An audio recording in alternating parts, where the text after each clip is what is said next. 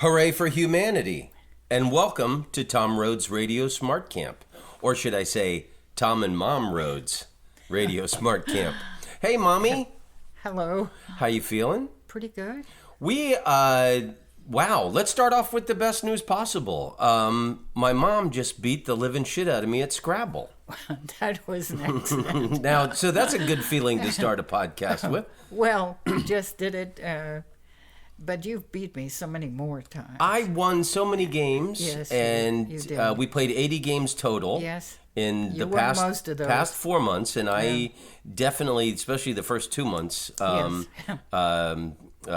really beat you soundly, shall we say? You did. But that doesn't matter because it doesn't matter who won the most games. It matters who won the last game, and the last game, my mom won 237 to 210. Amazing. So we got this. I got this Scrabble trophy. Yes. Off of Amazon, and It's a great trophy. it's a great trophy, and I could not be more thrilled that you finally, Yeah, it didn't look like you were trying to make me win. I did not let you. I was playing for points, saw and that. I was. You were pretty cutthroaty. I was but cutthroat. I took a turning long time back. to make my decisions, and I did not let you win. Certainly not. So, Well- congratulations, Mom. Well, thank you. If I can get it into my luggage, I will take it. Well, if not, I'll mail it home to you. It's Okay. it's a beautiful trophy. It is really and nice. I'm glad you have a happy souvenir after it was 4 fun. months in Los Angeles. It was fun beating you after all those losses. Yay, Mom! Congratulations. Thank you. So, and we're recording this. This is July 5th, Sunday, and my mom is flying back to Orlando. After we survived, Yes, Mom. we did. The virus quarantine lockdown, and then the riots and the National Guard. It's been interesting history. We've lived in the center of where history was taking place. So I'm sad to see you go, but I'm happy that we get to record one more podcast today. Yes. Hooray! I will miss you, and most especially the good dinners that you've always made the whole time. I'm not going to know how to act when I have to make my own food.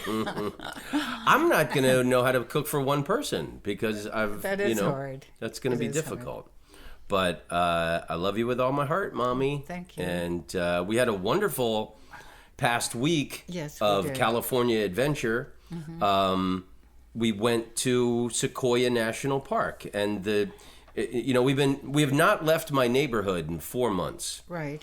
And, we've really explored the neighborhood and walked up and down all the streets. It was really great finding all those wonderful plants that you have. That people had around here. Yeah, and the trees in the park and the Yes. trees in the neighborhood. And we took a little pilgrimage over to Martel Street and saw that African tulip. Yes. We loved the Persian silks. And underneath the African tulip tree, that same yard had this really cool plant, and it was called Mickey Mouse bush. I think we talked Yes, about this on and- the last episode, but Yes, it's and the Mickey Mouse plant, and it's got we a went- red center with 2 black berries that make it look Yes, like like- Mickey Mouse ears. We went back just to give it another look because I kept going, I don't know why they called it a Mickey Mouse plant. So we went back to look at the 2 berries that were pretty close together. And if you looked at the the flower upside down, you could, using a lot of imagination, think that it was like a Mickey Mouse. Yeah, but that's one of the best things that I've got out of this past 4 months is getting to learn all of these trees and exotic plants in the neighborhood. And Ashna came to visit about 3 or 4 days ago, and her and I took a walk through the park. We're still great friends. She's still helping me with, several projects. And I was telling her about the trees that we learned, and she was very impressed that, now in the park. And then even those people we talked to last night, we'll talk about our fireworks experience Yes. later. But this guy has lived in the building for 21 years, said that he's never gone to the park or really, really appreciated it until these past few months of quarantine virus lockdown.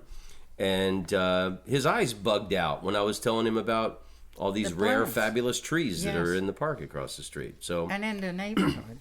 it makes me feel like a smarty pants Well, walking through the park now and knowing, it's nice to appreciate what you're looking at. I mean, we didn't even know that was a really rare tree until we looked it up. Then the Monterey cypress. you almost appreciate the tree more, even though it's a beautiful tree. Should appreciate it just because it's a beautiful tree. But when you know that it's a rare thing that only grows in certain spots, and here it is across the street. Yeah, they said it primarily grows in Monterey Bay, California, and Right. it's one of the rarest trees in the world, apparently. So it's you appreciate it more when you're looking at it, thinking, "Oh, it's pretty rare." Well, nature has definitely helped massage our souls, shall we say, through and like it was really cool to go to the journey to Sequoia National Park was great. So I rented a car, and we have not been further than La Brea Avenue, La Brea to La Cienega, and 3rd Street to Melrose. We've not. That's been kind of my box. Uh-huh. And you and I have walked up and down every street within that box. So we broke through on Beverly Boulevard. When we crossed La Brea, I said, "Mom, we've gotten out of the neighborhood for the first time." Yeah, that was interesting. Take a left on Highland Avenue because it takes you straight up to the 101.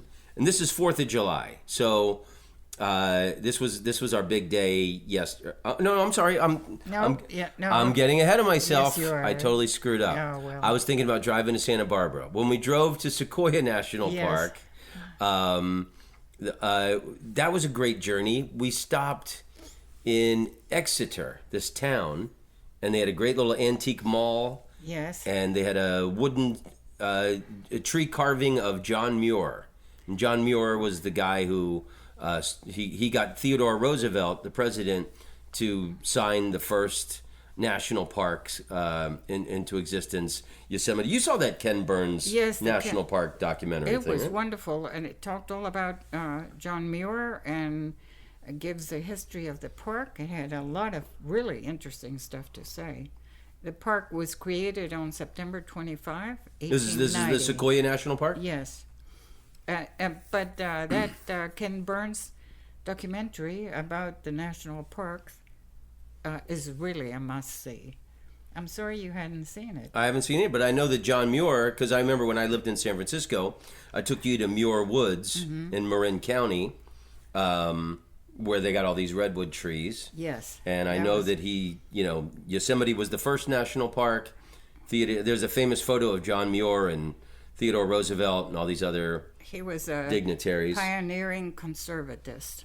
And it was his idea to save some land so that from capitalism and development. we and could all the...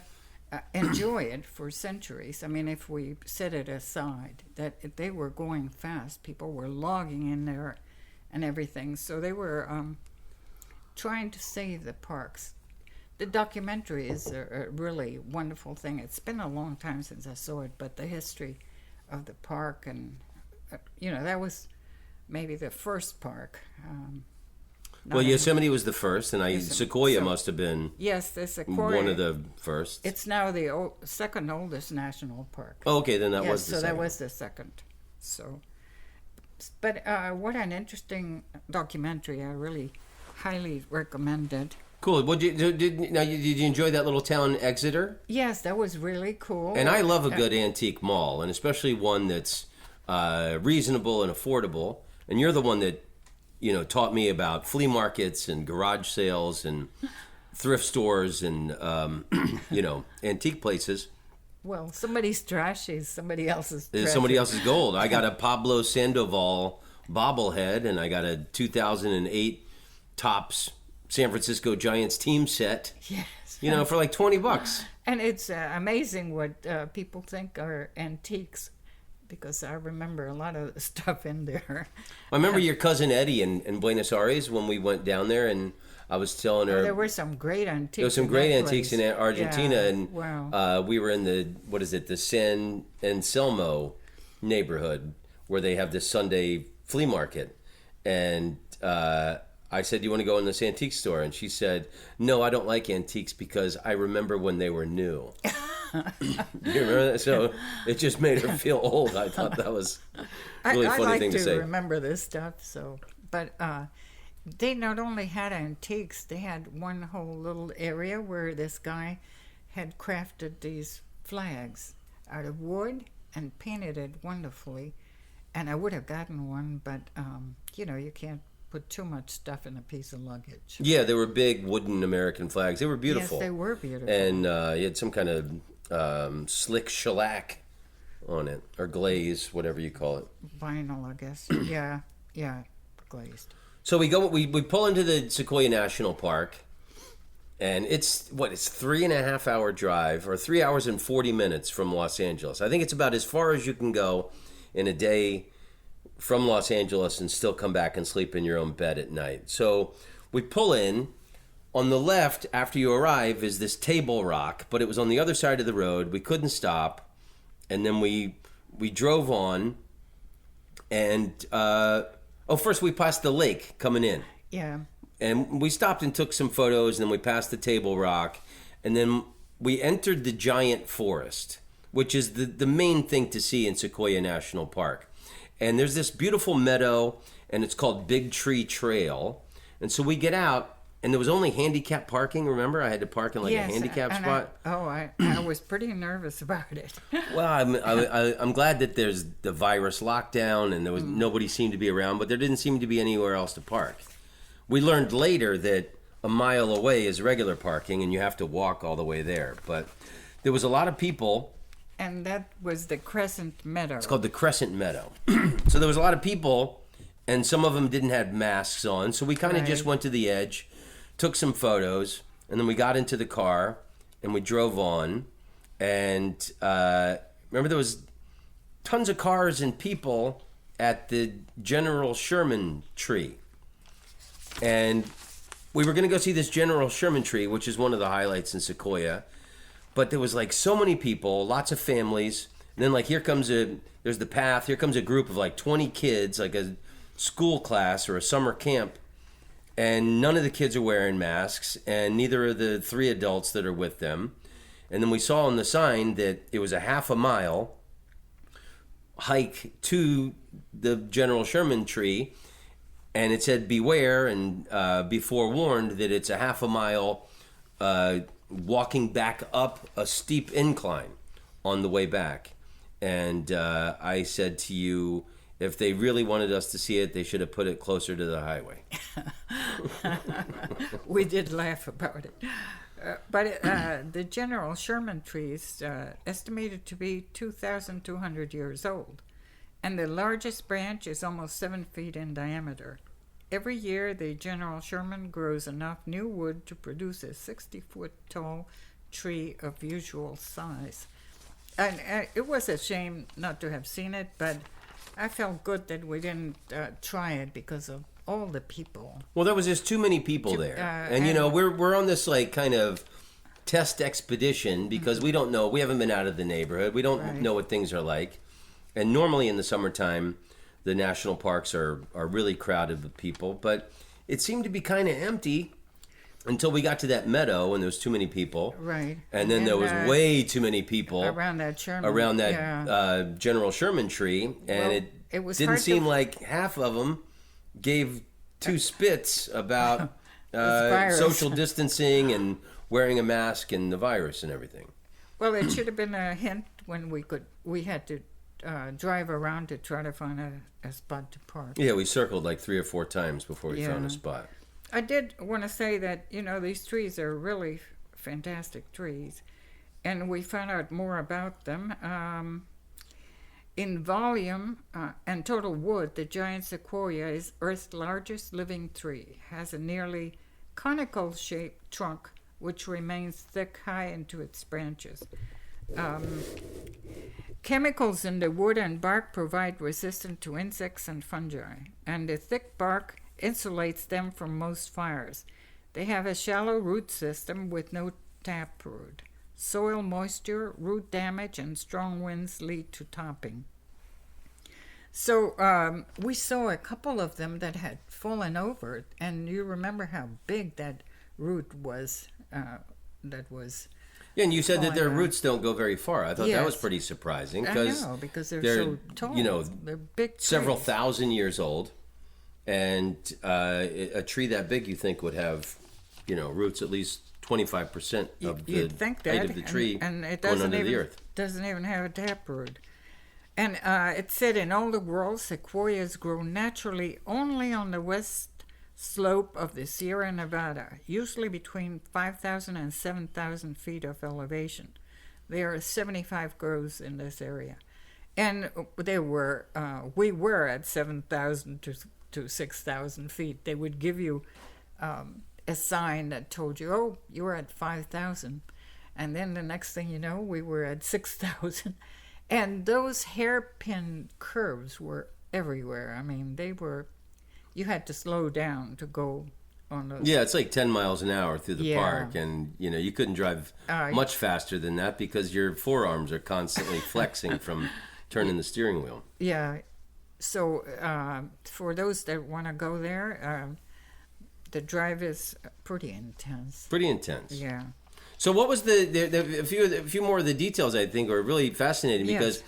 I've seen the redwoods in Northern California. Right. I've taken you to the Muir Woods, but Yes, a few and times in the so, last few years I've gone to Redwood National Forest, and then there's this fantastic drive. It's called the Avenue of Giants, and it's just you're driving through a forest of redwoods, and it couldn't be more beautiful. So. They look similar, but Yes. what's the difference? And that's the thing. I was when I saw those, it seemed redwood and sequoias were.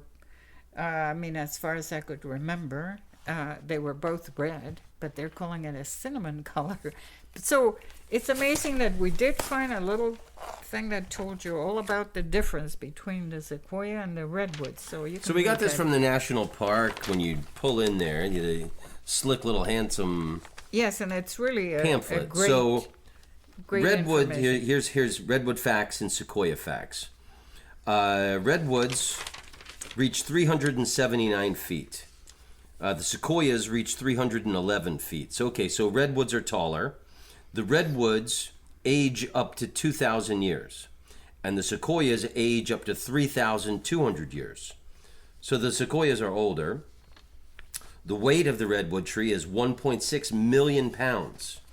The weight of a sequoia tree is 2.7 million pounds. So redwoods are taller, but sequoias are older and fatter and heavier. The bark of the redwood is up to 12 inches thick. The bark of the sequoia is 31 inches thick. The branches of the redwood reach 5 feet in diameter. The branches of the sequoia are 8 feet in diameter. The bottom of the redwood is 22 feet in diameter, and the base of the sequoia is 42 feet in diameter. So the redwoods are taller, but the sequoias are bigger, thicker, heavier, and should I say stronger? Who knows? Pretty impressive trees. And tons of them had like big rips down the center of them from lightning. Yeah, it looked like that. They said fire was the key to seed dispersal and seed fertility, and the fire makes the cones dry, and they open and drop the seeds. It also lets sunlight in and turns logs and branches on the forest floor to ashes as fertilizer, and that's how. So the fire is actually good for them. Yes, you can see that they tell you that the redwoods reproduce by seed or sprout, but the sequoia only by seed only, and that's when the fires happen, because otherwise they don't get fertilized. Wow. And that they only grow on one side of the Sierra Nevada, on the west slope of the Sierra Nevada, between 5,000 and 7,000 feet. That's the only place they grow. Wow. And they die from Sequoias don't die from old age and are resistant to fire and insect damage. Most they die by falling over, and that can happen with high winds and. I thought it was. Were you going to finish your point? I forgot what Because I wrote. the thing that just popped into my head that I wanted to say. I thought it was really great to go there, and I had never been to the Sequoia National Park before. And, it's one of those bucket list places I've always wanted to go to. But I thought it was really refreshing to go there now. Number one, we've been stuck, in this neighborhood for so long. But on top of that, I think there was something really reassuring in a time when a horrific respiratory disease is threatening human existence, to go and see these trees that are thousands of years old and be reminded that the earth survives and life continues. And so will we. And there's been many viruses throughout human history, right. and things that scared the shit out of people for good periods of time. But,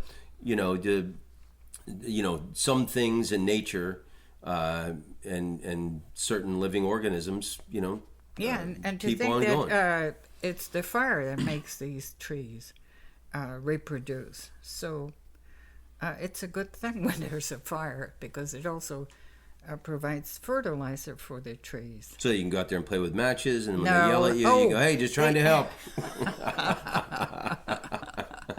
They had they had a high fire that fire was gonna high fire alert. Yes, so they had big signs everywhere. No fireworks, no smoking. No smoking, and no camping.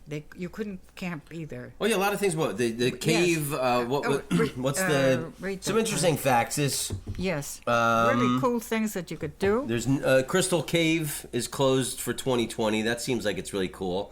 And the Dark Sky Festival. Yes, seems really cool, and that's like a stargazing festival that happens in Sequoia every year. The Crystal Cave, which sounded really neat, due to the sensitive ecosystem and tight spaces of Crystal Cave, the required safety measures cannot be implemented. So they had a big sign, closed for the season.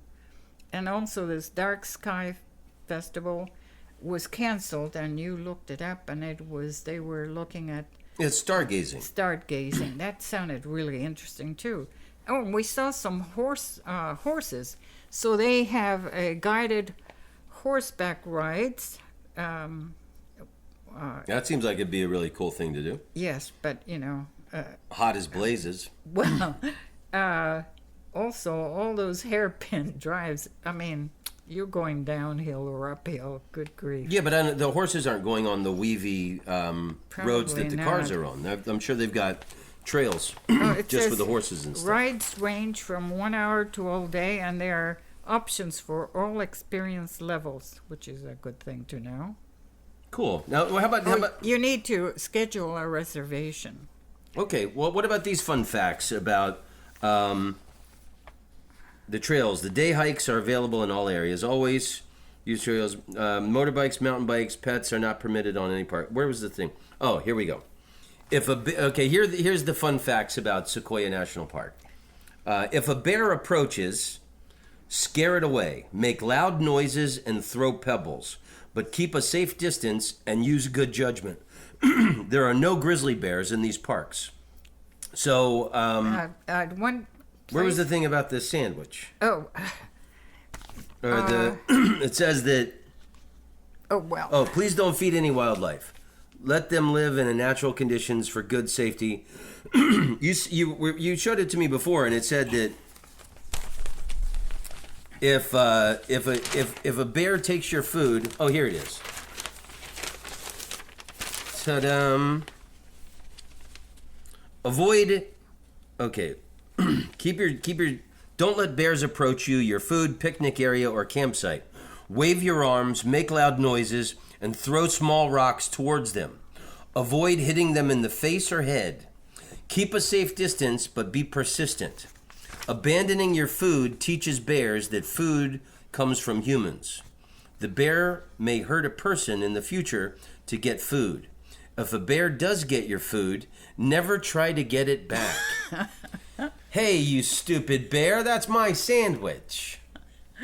Could you imagine? I can't imagine somebody trying to get the food back. But Hey, if they have it down here, somebody must have tried to get That's the my food mom's back. banana bread. I'm going to have to fight him for that. But that's funny that it says that. And it says Yeah. bears can smell anything with a scent, such as hand sanitizer, cosmetics, toiletries, trash, and cleaning supplies, and will mistake these items for food. Store anything with an odor. Oh, didn't you have a story you told me once about this? Oh yeah, when Natalie, the woman I lived with in San Francisco, the first time we went to Yosemite, and she was like a concierge in in a hotel. So, and this was before computers, but she researched things, and the cool thing to do was stay in a tent campground. And they were kind of like these old World War I tents where there was a wooden base floor and like 3-4 steps up into the tent, and then you had a canvas tent. And it said specifically everywhere, no food, do not bring food in your tent, do not leave food in the car. And Natalie, being French, loved her smelly French cheeses, and didn't. She insisted on bringing her smelly French cheeses into our tent, and I couldn't sleep the whole night. I was terrified. The whole night I was just waiting for some bear claws to just rip through the canvas and tear us to pieces over some camembert or something. So well, it also reminded me of the trip I took to visit my niece Carla in Wyoming. They like to go camping and stuff, so they wanted to take me camping, and I hadn't been camping. I'm not much of a camper person, so I thought they were going to like a camping park or something. Those things you pass by where they'll say like an RV park, yeah, where everybody just parks next to each other. It wasn't like that at all. They went in the middle of nowhere. They had to find the wildest place, right? They did. And then they tell me all about these bears that could come up. Well, I didn't sleep a wink. And so all day I was like, oh my gosh, I gotta, you're supposed to go outside to the bathroom. And I was so nervous that a bear was going to come through that RV, that they had a small RV. Oh, so it was, I am not a camping person. Yeah, and didn't you say on that trip, too, the guy, he killed a snake? Oh, no, that was Carla. She killed a snake. Sorry. It wasn't her tough guy wilderness husband. No. It was her. Well, she was such a girly girl when she stayed with us years ago. Growing up. I know. I couldn't imagine it. But we're in this truck, and all of a sudden she says she stops the truck, and there's this rattlesnake she run over, she didn't run over it. She just saw it on the side, and she got this metal hook around its neck, and she goes, "Sarah, get me a knife." And I thought, oh my God. And so I went back to the truck trying to find a knife she wanted, and I did find it, and she actually cut the snake's head off. I was so freaked out, totally freaked. I mean, the snake, honestly, was just trying to cross the road. It was Poor little rattlesnake, not bothering anybody. Well, it wasn't bothering us. And we were in a truck. Just leave the thing. Well, you just reminded me of one of the funniest things on the trip to Sequoia. We're driving up the 101. I guess it turns into the 5. We're taking the 5, and there's Gorman, and then between Gorman and Grapevine, it's called Fort Tejon, and there's a rest area there. Oh, yes. And we stop to go to the bathroom. It's about an hour outside of Los Angeles, and we go to the rest area to relieve ourselves. And oddly enough, I posted it on Instagram. It's the right under where it said women's for the women's toilet was this sign. I took a photo of it. Oh. Yes. And it's got, so here's the women's sign for the women's Yes. bathroom, and it's directly under the women's bathroom sign. Yeah. It's a symbol of a rattlesnake, and in huge letters it says, "Caution. There may be rattlesnakes in this area. Rattlesnakes are active at night during the summer. They will seek out shady places during the heat of the day. Children should be warned not to go near any snake. Reasonable watchfulness should be sufficient to avoid snake bite." Now, that's exactly what every woman wants to see Right and outside. think about right as she's going to use the restroom. There might be snakes It was pretty crawling interesting around. stuff. I think I'll cross my legs and wait till I get home. Thank you. I thought that was pretty funny. I'm glad It was we remembered that. interesting. Yeah. So if you want a great photo for your social media, Yeah, I took a photo of that also. it's But the Fort Tejon rest area. wow. But So what? there were other things that you had to look out for, and one interesting thing was Well, here's the thing about cougars. There's also cougars in Sequoia. Cougars live here. Avoid hiking or running alone. Watch children closely. If you encounter a cougar, don't run or crouch down. Stand your ground or back off slowly. Pick up small children, wave, shout, and throw stones. If attacked, fight back. yeah, wow. Holy shit. And it says, it says, don't run. Running may trigger pursuit. That's their animal instincts. They're hunters. And so is You our run just for the fun of it. They're going to, our instinct is to run also. yeah. Yes, so you'd have a hard time. So you're supposed to fight a cougar. Not sure how. Carla would know. She can kill a snake. She can fight a cougar. Wow. Yeah. So be ready to fight a cougar if you.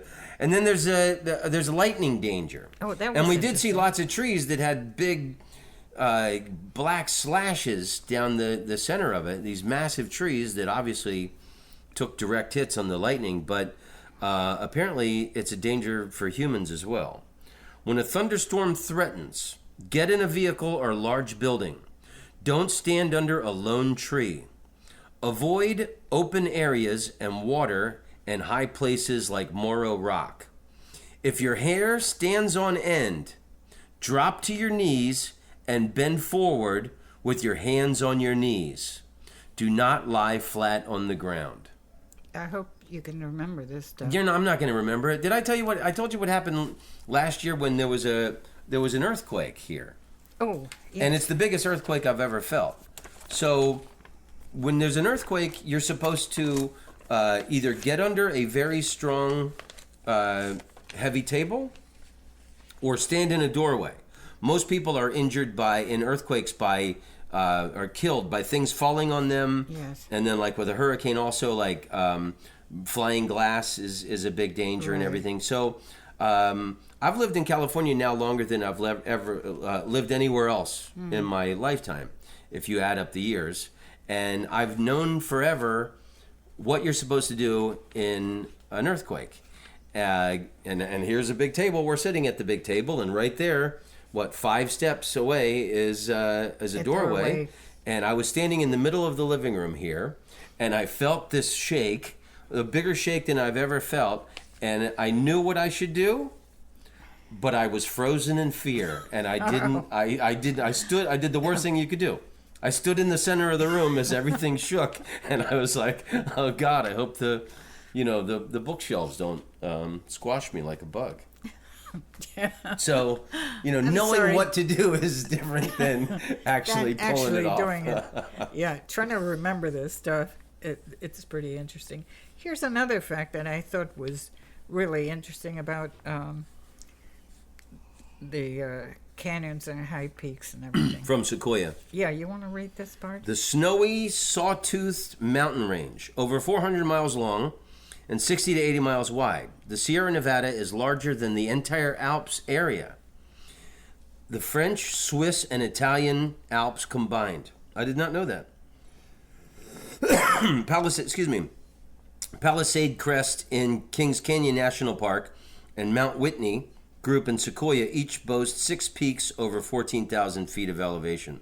I didn't know the Sierra Nevadas were bigger than the French, Swiss, and Italian Alps combined. That's amazing. That is amazing. And you know that Sierra Nevada was the beer I was drinking the night I busted my head open. Jeez. The last time I was ever drinking. There's another fun fact for you. I'm glad you stopped drinking. Thank you, Sierra Nevadas. Yeah.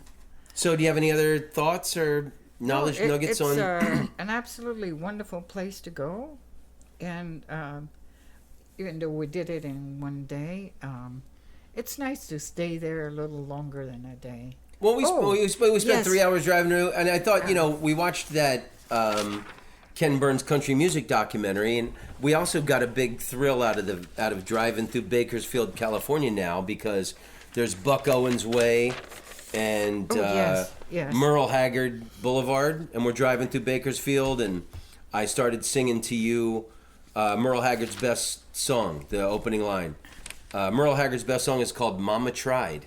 And the opening line of that song is, I turned 21 in prison doing life without parole. And then the song is, Mama tried, Mama tried. So that was, it was a pretty good song. Yeah. So that was kind of cool to drive through Bakersfield. And yes, it was. And that we were talking about all these people who recorded such wonderful music. And when we were in that Crescent place, I saw a plant that I thought was exotic, but it turned out to be only a common cow parsnip, because I hadn't seen one of those before. And then they it was an exotic plant. The botanist let you down when they named it. Common cow parsnip. Jeez. Oh, so it must be common out here, because I don't remember ever seeing that. But there was another one that I thought was not exotic, and you did, and it turned out to be a chaparral yucca, or Our Lord's candle. Remember that? Yeah, I thought that was really exotic, and it is beautiful flower top. Yes, white. Yeah, and a spiky bottom. Right. It was. What's more exotic than that? Right. Beautiful white top. Well, I thought spiky. I thought I'd seen it a lot more than. Well, I had not seen the common cow parsnip at all. I thought that one, the chaparral yucca, was really somebody told me it was called a Spanish sword. So that's what in my brain, it stuck like it was a Spanish sword plant. And it was pretty interesting. It was beautiful. So we had a really great day. That was a wonderful first day to get out of the neighborhood. It was. And do you have any other thing to say on Sequoia? No. Okay, so then the next day, July 3rd. Wait. We did pass the. There. Yeah. There you go. So coming back. Oh, thank you, Mom. We do have things to say. Yes. So we drove as far as you can go into Sequoia National Park, and then driving back is it's like 6 p.m. and then we stopped. I'm glad you pulled this back up. So we stopped back at that meadow, and it's. I told you this is exactly what it's like when you visit the temples of Angkor in Cambodia. In the daytime, the temples were all packed. At the end of the day, if you go back to the things that you wanted to see, by that time, most everybody's worn themselves out and they've left. So we stopped back at the meadow, and there was hardly anybody there, and we got to walk around, take pictures, and then on the way out, we stopped at Table Rock, took pictures, yes, and then we stopped at the lake, which is this beautiful lake. It's called Lake Kauai. Lake Kauai. And it's a man-made lake. It's located in Kauai, Lemon Hill Recreation Area. The Corps of Engineers seem to be in charge of it, and I used to work for the Corps. You work for the Corps of Engineers? In Wilmington, North Carolina. And they do what exactly? They make dams and bridges and... Yeah, they're in charge of dams and bridges, and they seem to be in charge of this Kauai place where you can go fishing, bass fishing, and you can't catch a fish less than 15 inches long. You have to throw it back. And that's my wilderness experience with my niece. We went fishing on this lake in Wyoming with her husband, and there we were fishing, and a police. They're not police. They're game wardens. Game warden came out of nowhere and boarded the boat and checked what the fish we had caught. And if you have one less than whatever, however long it is, they take your license away. So fishing licenses for this Kauai Park and the supplies can be purchased in the nearby cities, towns, and swimming is permitted around the lake except at posted areas. Well, it's cool too. There was houseboats you could rent. Yes. And years ago in Lake Havasu, I went out with some friends of mine twice. Me and Mitch Hedberg and our manager Dave Becky and a bunch of his friends from San Diego. All these guys went out every year, and I did it twice. And a bunch of guys drinking in a houseboat, but it'd be a fun, great family thing to do. And there's a kitchen and a fridge. And they have that at this Lake Kauai, and I'd love to go back sometime and try and rent a houseboat. They even have a 1 mile hiking trail in the Slick Rock and Coconut Recreation Area. You'd have to look at that.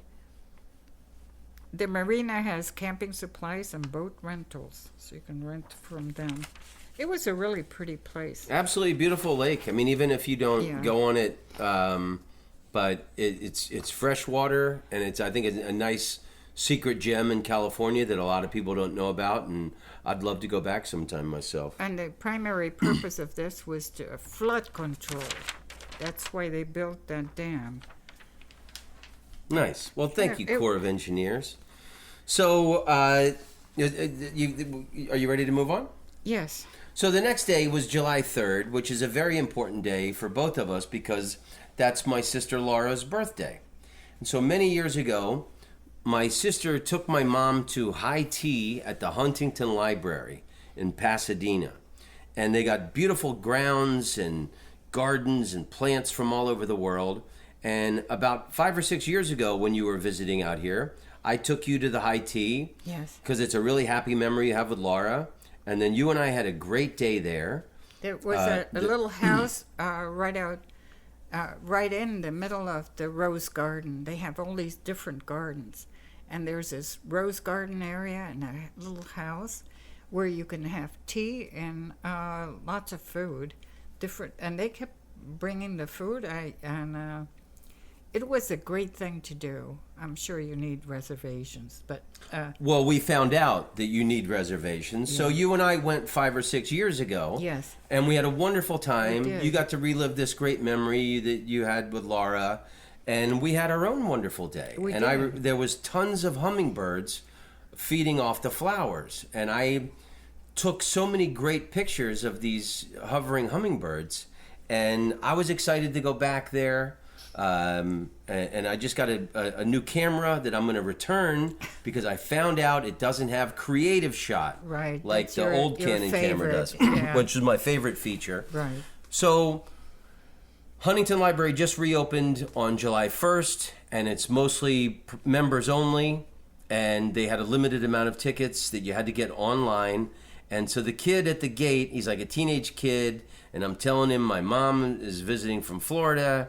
And we didn't know that you needed a reservation, and you had to do it online. So I pulled over, and I tried to get us tickets for Saturday or Sunday, and they had 10 tickets left for Sunday, and it wouldn't let me buy the tickets. Right. So I pulled around again to the kid at the gate, the guard, and I'm telling him that the website won't let me buy the tickets. Well, you bought one, but it wouldn't give you. No, I didn't. Oh. I selected one. I didn't buy one. Sorry.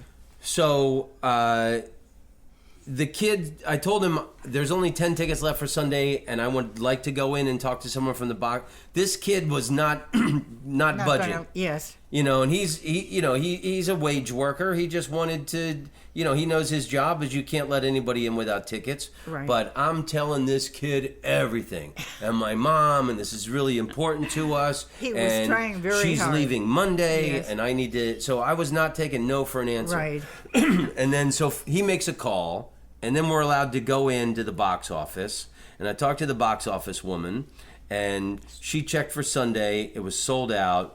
And then I give her the big story, and I was so close to telling this woman that my sister died of cancer, and this was very important to us, but I didn't have to go that far because she said, I'll check on today, and it was sold out.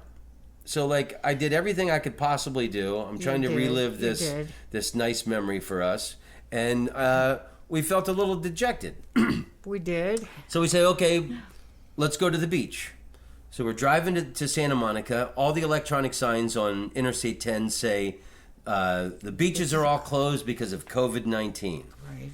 And I said, okay, well, let's drive further on to Malibu. There's a Malibu pier, looks cute.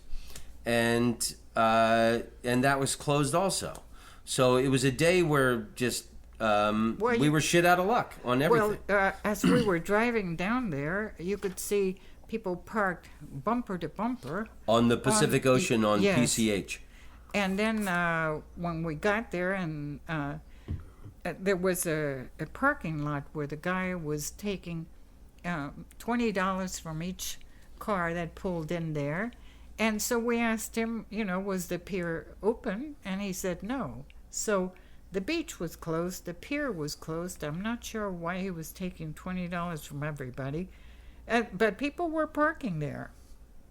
So we went on, and we could see that the public parking areas, the police was there to make you not come in the public parking spots. But on the beach, you could see these ladies that were dressed like crossing guards, and they were keeping people off the beach. Off the beach. And there were cops and there were beach patrol people Yes. keeping. You could see in Los Angeles that all the beaches were closed. Yes. And they weren't letting anybody on it. But that one little area where the surfers are, as you're driving up PCH between Santa Monica right before you get to Malibu.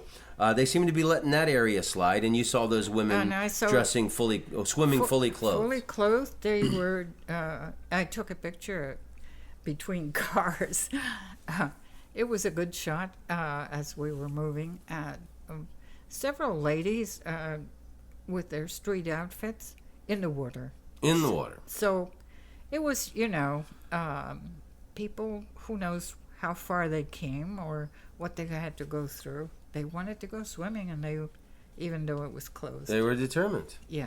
So then we went to Santa Monica 3rd Street Promenade, which, and we had lunch there. Yes. And they must have gotten hit really hard during the riots because a lot of stores were still boarded up.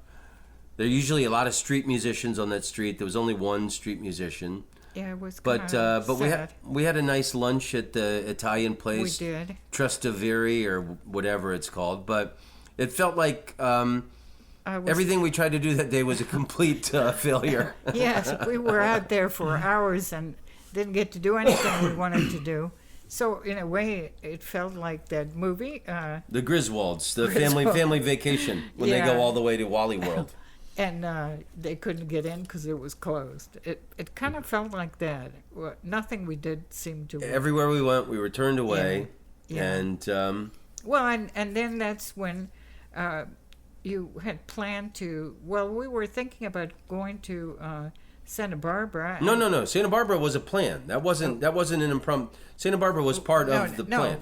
That you had thought about going to Santa Barbara, and we were looking at going to see these wonderful gardens. So I said to you, let's make a reservation for sure. And that's when you called them Lotus Land. There's a place in Santa Barbara called, or right outside of Santa Barbara called Lotus Land, and it looks amazing. It's like $50 a ticket to get in. It looked amazing. I called them. They're members only. Right. At the moment, because they just reopened.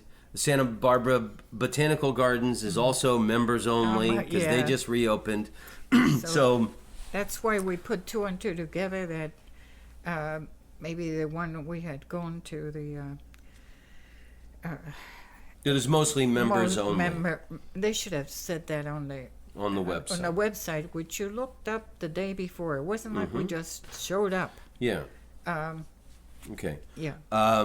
The day was a complete failure. Yeah. So July 4th is the day we're going to go to Santa Barbara. And we had this, there's something that I've been talking to my girlfriend about, and I've talked to my mom about. I'm sure that I've mentioned it on the podcast, but I think the best thing you can do with bad memories is pave over them with good memories. Right. And last December 27th, when my mom was here and we drove up to Carmel, we hit this horrific bumper-to-bumper traffic. It took us 10 hours to get from Ventura to Carpinteria, which is this exit, the first town right as you're getting to the Santa Barbara area. I'd never seen anything like it in my whole life. It was a nightmare. And we had to sleep in the car that night, and it was... That's another thing I've never done in my whole life either. A lot of firsts with me.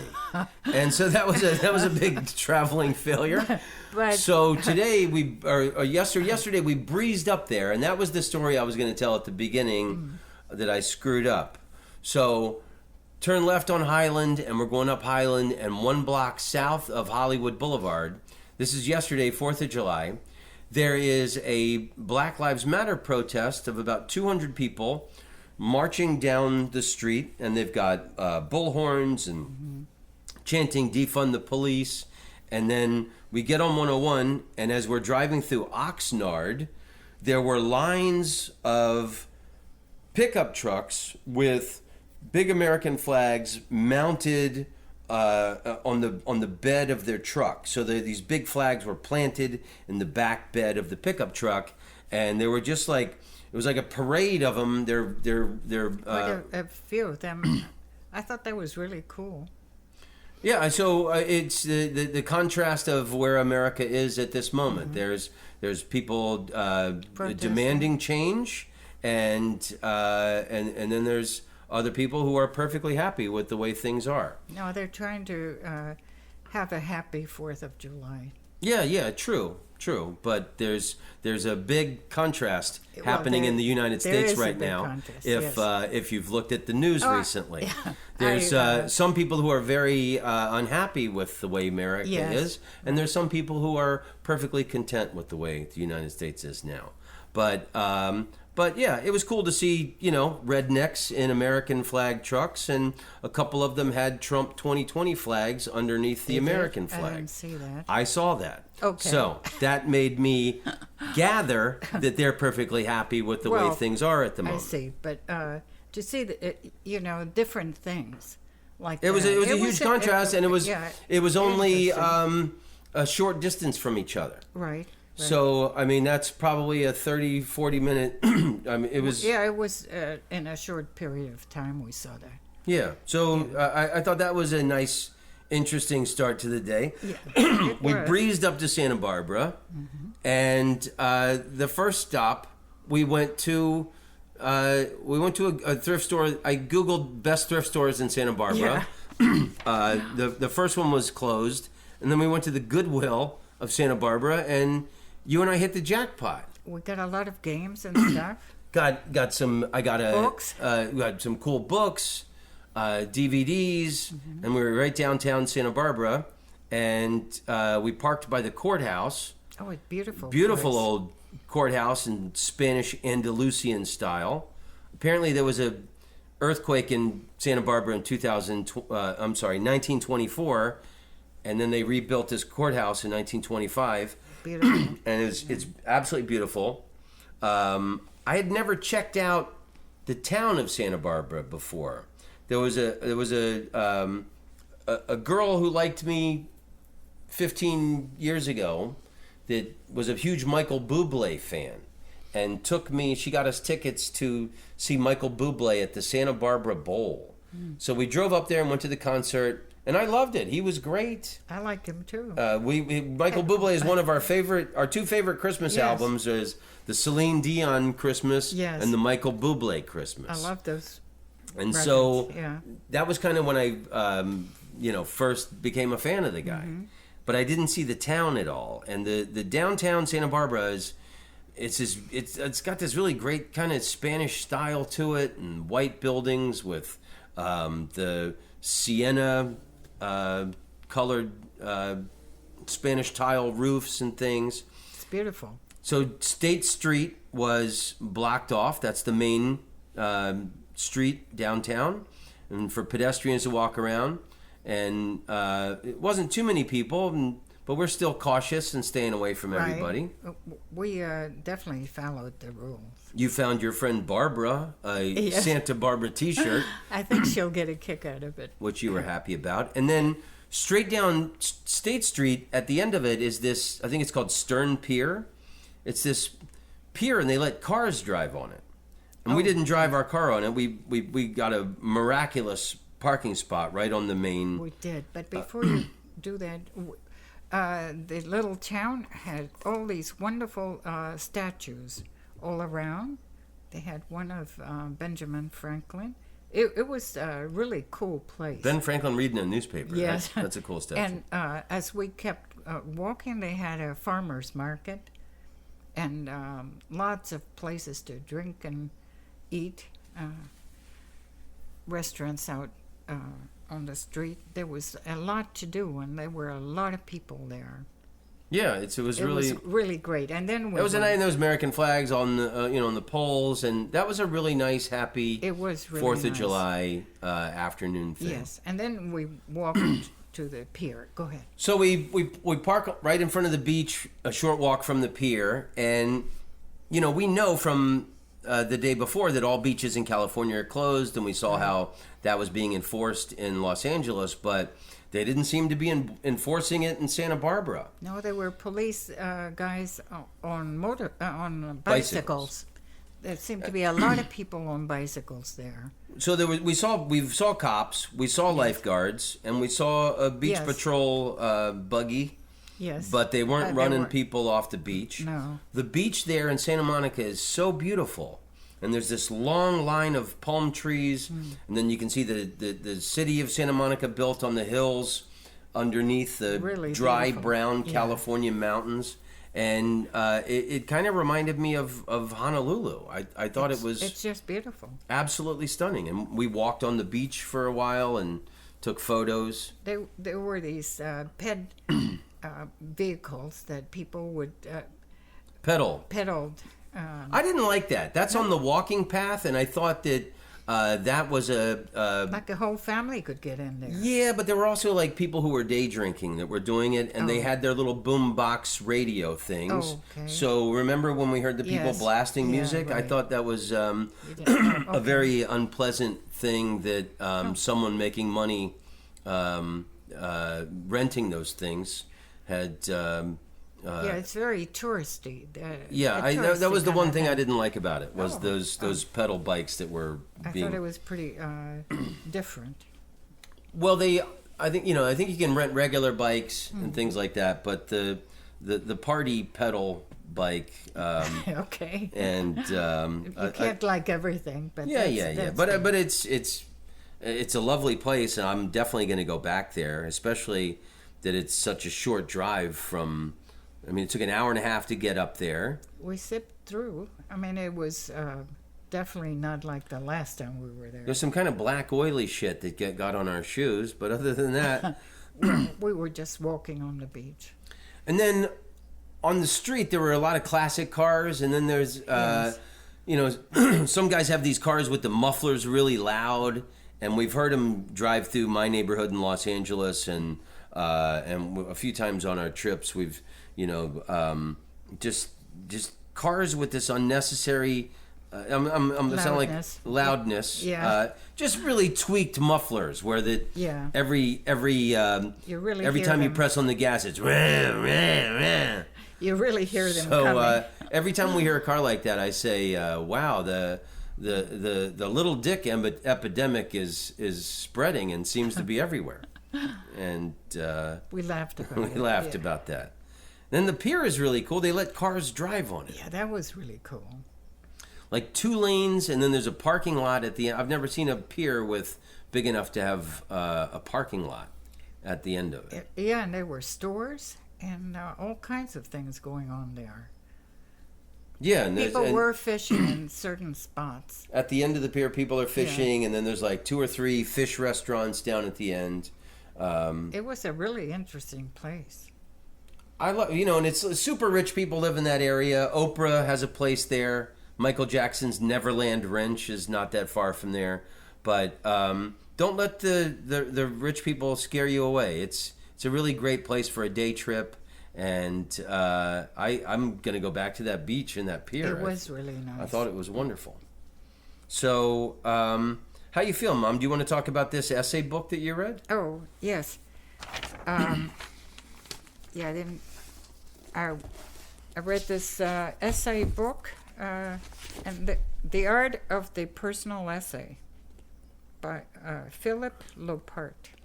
Because when you got here, I said that I've bought these essay books of classic essays because I think that the best kind of, and Ashton and I had this conversation a lot, that I think the best kind of comedy is kind of like mini essays. And so I really want to get into essays and reading them and write essays. More of them. And I think there's a lot to be learned by essay writings, expressing yourself, and like anything you're going to do, whether it's dentistry, painting, stand-up comedy, yarn and needlework, whatever you do, you need to study from the masters. So that's why I've collected these essay books of the world's greatest essays. Usually very well written, and and it's funny that this is a book that it's been on my list to read, and well, you beat me to it. You've been very busy. So I've read quite a few of these essays, but one that was pretty interesting was one by Jorge Luis Borges. Argentina's most famous writer, and you are from Argentina. Yes, and that just was a nice coincidence. And he lived between 1899 to 1986 and was one of the most original and influential of modern writers. Enormously learned, he seemed to draw inspiration more from books than raw experience.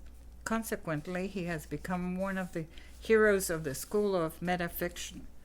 So I thought I'd read you a little bit. And his essay was on blindness, and I didn't, which I would not have. I tried to read a Borges book years ago, and it was very imaginative and fantasy, and I couldn't wrap my head around it. I did not know he was blind until you told me he was blind. Well, his essay was on being blind. The world of the blind is not the night that people imagine. I should say that I am speaking for myself, and for my father and my grandmother, who both died blind, laughing and brave, as I also hope to die. They inherited many things, blindness, for example, but one does not inherit courage. I know that they were brave. That was really interesting. In my life, I have received many unmerited honors, but there is one which has made me happier than all the others, the directorship of the National Library. For reasons more political than literary, I was appointed by the Aramburu government. And this is another little excerpt. Little by little, I came to realize this strange irony of events. I had always imagined paradise as a kind of a library.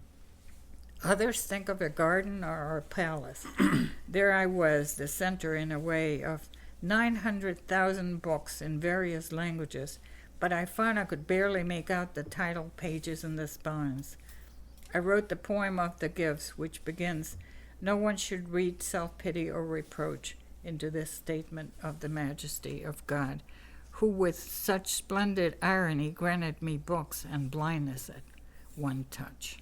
These two gifts contradict each other, the countless books and the inability to read them. So I thought that was a really interesting.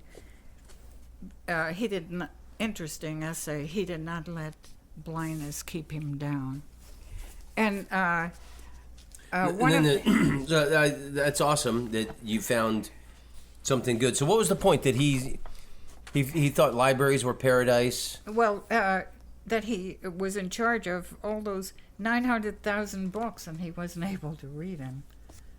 You know, he would have loved to have read them, but he read lots of books before he got completely blind.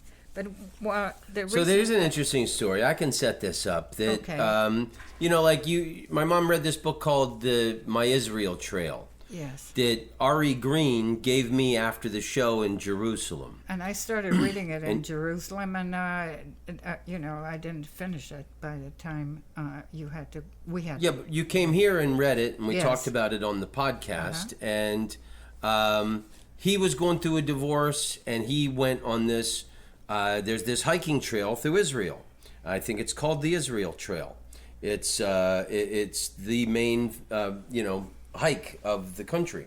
So he was going through his divorce, and he wrote about it.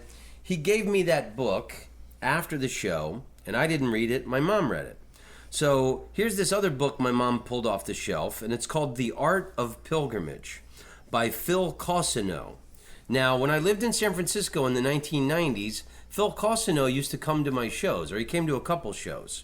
And he personally gave me this book after a show. And again, I didn't read it. And my mom's reading this book, and she's telling me about it.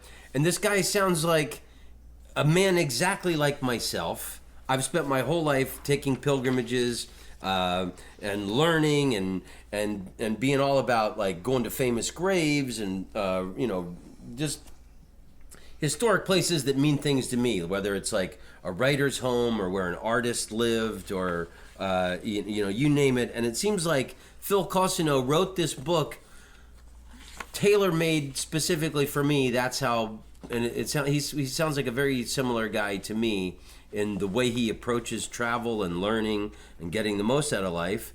And I didn't know that until my mom read the book and told me pieces of it. And so it's cute that there was two books that were personally given to me by the author that my mom read before I did. But I'm going to read that book next. Well, you've been busy. Don't kick yourself over. But I've had that book for 27 years. But you've been traveling most of those 27 years. But one of the cool stories was about this Mr. Cossino? Borges. Oh, Borges. Yes, so let me... it was in this Art of Pilgrimage. So let me read you this tiny bit of what it says. One of the most touching stories he heard on his pilgrimage was told by a guide at Mark Twain's house in Hannibal, Missouri. She related that when the blind Argentinian writer Jorge Luis Borges visited the States, he fulfilled a lifelong dream to visit Twain's hometown. He asked to be led down to the shores of the Big Muddy, the Mississippi. Then he bent down and touched the waters of the surging river and said, "Now my pilgrimage is complete." So here... well, that's cool. we're talking about Mr. Borges and his being blind, and they quoted that in The Art of Pilgrimage. I've actually been to Hannibal, Missouri, maybe 20 years ago, and that's really cool to think that Argentina's most famous writer, Borges, made that same pilgrimage. Yes. Because he was such a Mark Twain fan. Right. And again, I wouldn't have known that if you hadn't read this book.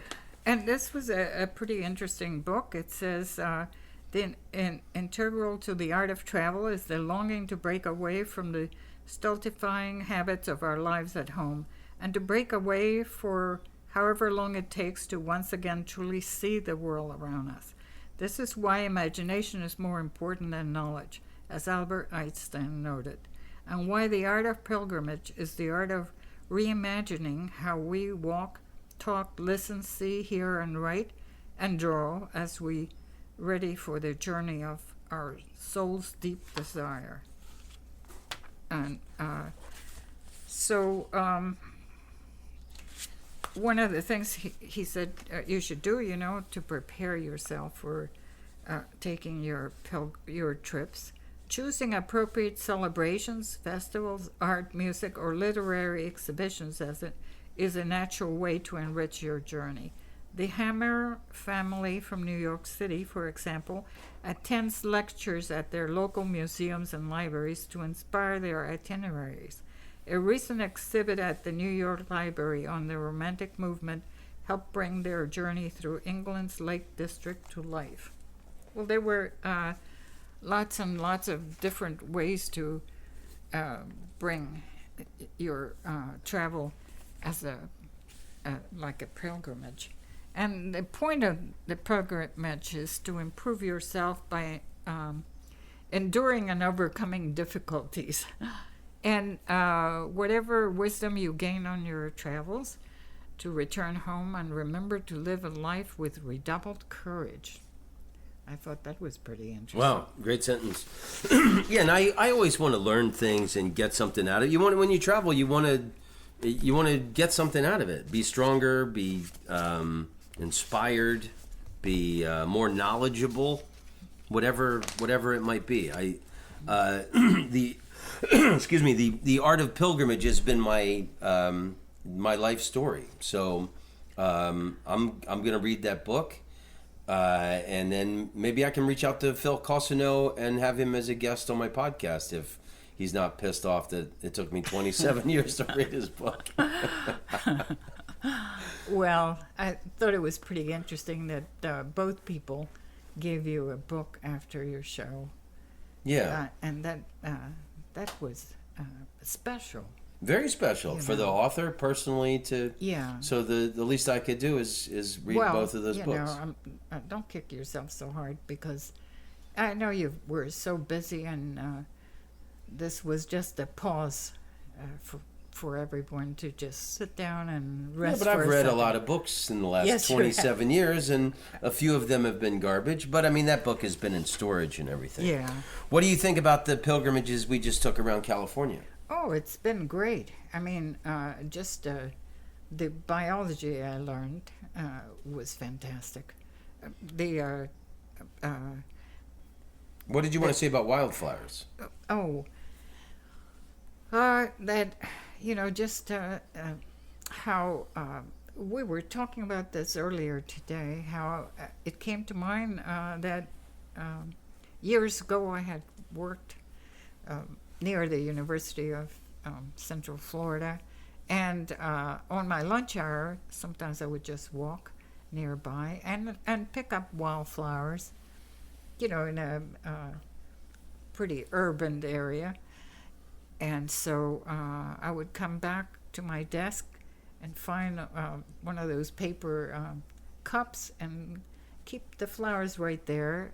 And at the end of the day, of course, they all dried up and died. So I would throw them away. I didn't notice that anybody else was looking or anything, but a young kid that was working there also one day said to me he had thought that was a really cool thing to do, and he tried to go out there and walk around and find wildflowers for his girlfriend, but he had gone around and did not see the wildflowers at all.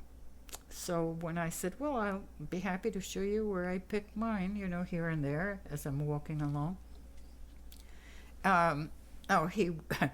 He didn't want that. So it's just funny that, one person can see some wildflowers in just plain old city street and another person can't. So it's how you learn how to look at things. Yeah, I think it's cool that you were on your lunch break, out picking up wildflowers. But, wherever you are, there's flowers, there's stuff. I mean, I didn't want to pick people's, like we were in this neighborhood, we would definitely not pick anybody's garden flowers. Right. We're just looking at them and taking pictures. That's, in a way, it's picking the flowers, taking a picture of these beautiful flowers. Well, it's a nice thing to do. Like, I think instead But of hunting animals, why not take pictures of them? Yeah. And instead of picking, I mean, it's nice to just photograph.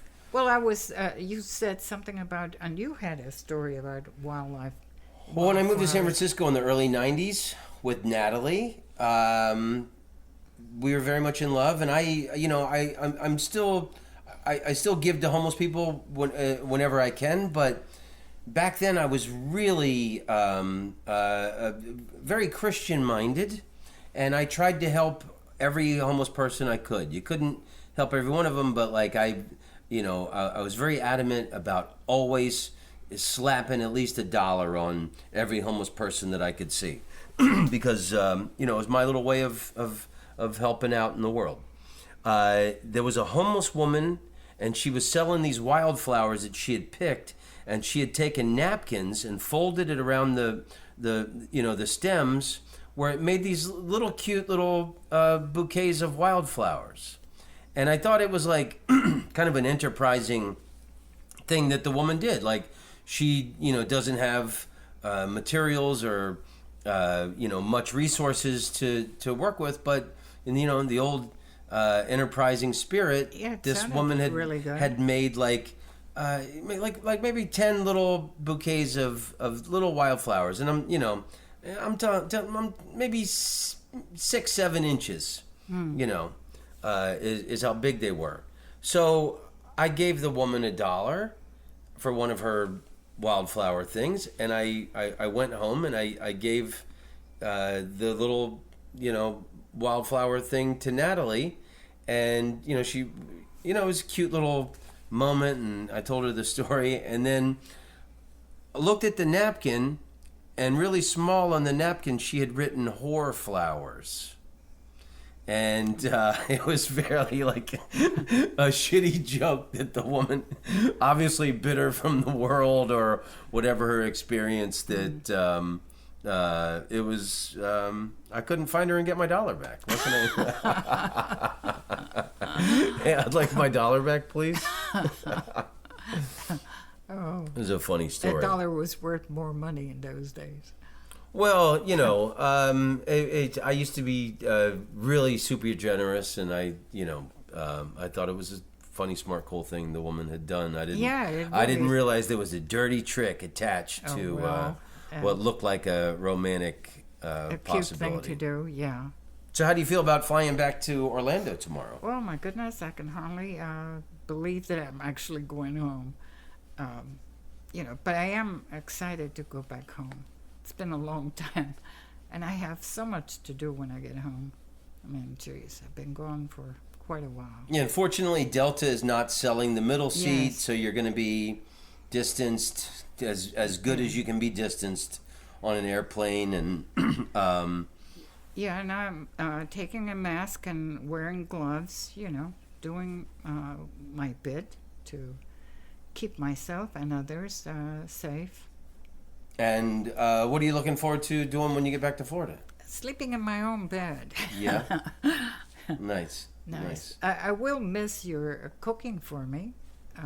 Well, I think this has been such a special time. We've had a few tense moments. I mean, it's impossible to be with someone 24 hours a day for 4 months without getting on each other's nerves once in a while. But I think we've had the most special experience. I'll be forever grateful that spent this time with you, and we survived this together, Mom. Yes, and we really have.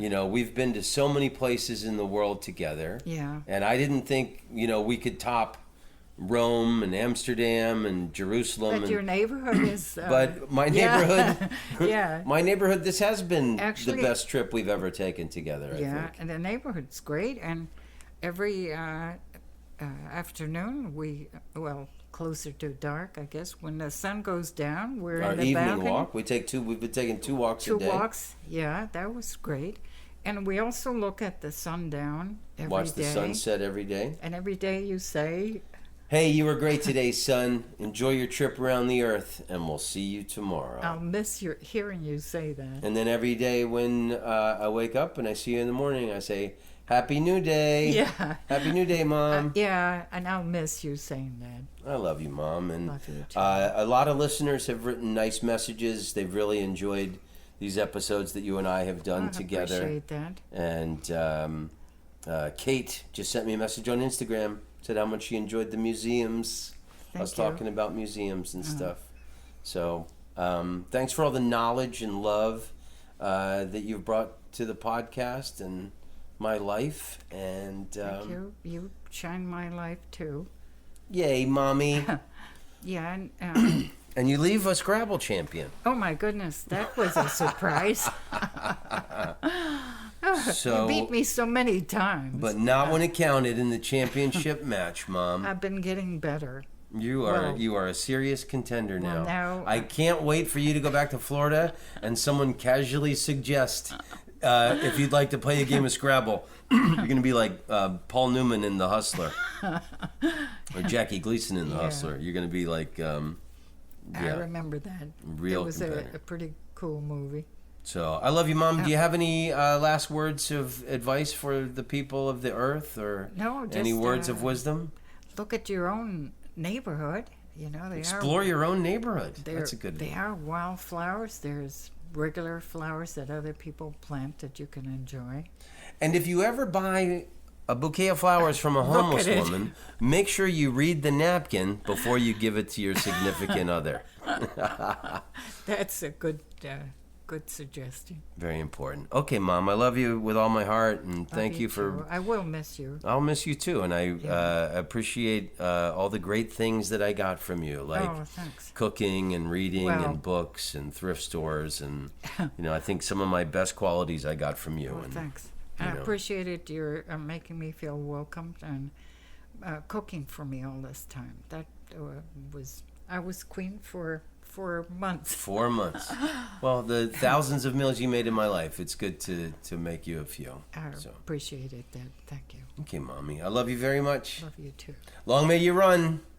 In the glory. And long may you live in the glory. Hip, hip, hooray. That's the Dutch birthday song. I love it. I love you, Mommy. Thank you. Hooray. Tom Rhodes, you're a funny man.